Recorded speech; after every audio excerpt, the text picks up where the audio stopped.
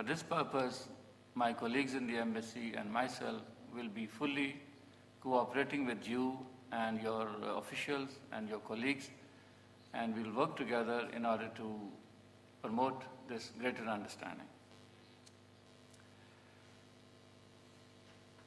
Mr. President, please allow me, if you allow me to go to the lectern to speak on the paper which I have, on which I would like to speak. Thank you so much.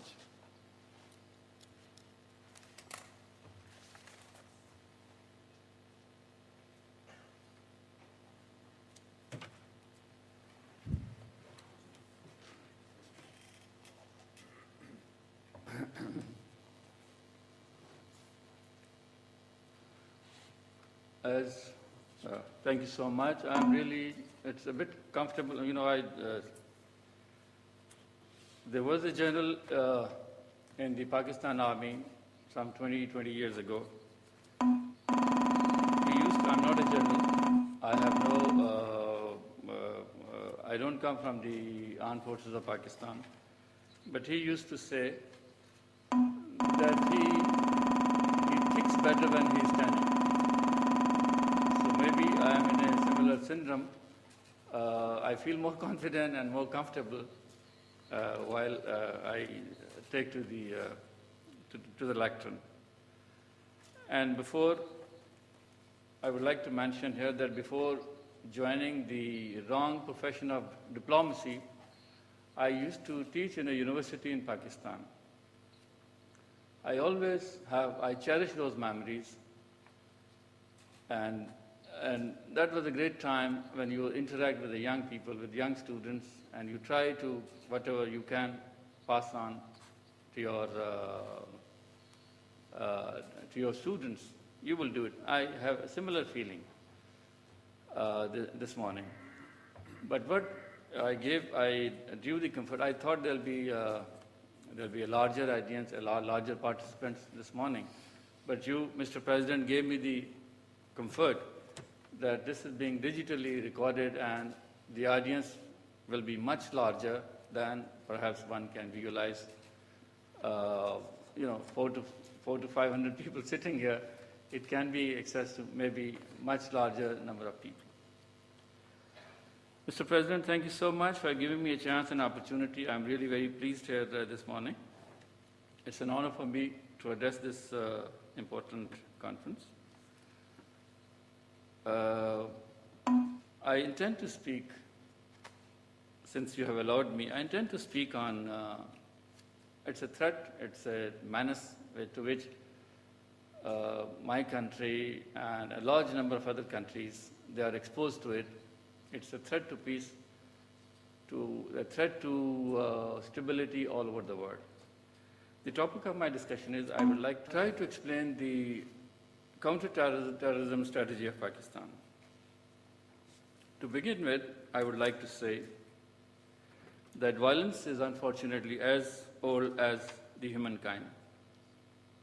Individuals, groups, and nations resort to fighting for power, for economic gains, and other motives. History is replete with numerous examples. People also get violent when the voice of reason or arguments becomes weak. Power overtakes intellect. Terrorism, in our view, did not come to the fore on 9/11. It even existed before. Today, terrorism knows no boundaries, values, belief systems, and ethnicity. However, it is really unfair to associate with Islam. Over the years, we have witnessed senseless killings of innocents by followers of all faiths and creeds in many parts of the world, notably Northern Ireland, Spain, India, Sri Lanka, Mexico, and East Timor. However, it is evident that all men and women of goodwill belonging to various faiths abhor violence and condemn terrorism.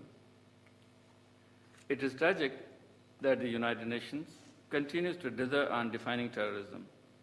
As a result, its universally recognized and legally accepted definition remains elusive.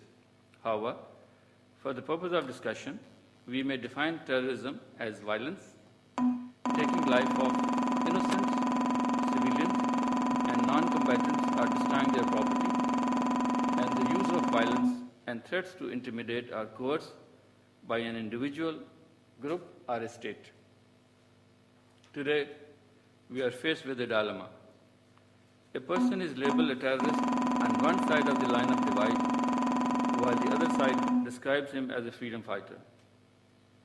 Most liberation movements of the 1950s and 1960s that triggered decolonization in Asia and Africa may be condemned as terrorism if today's self-serving definitions of terrorism are given any credence.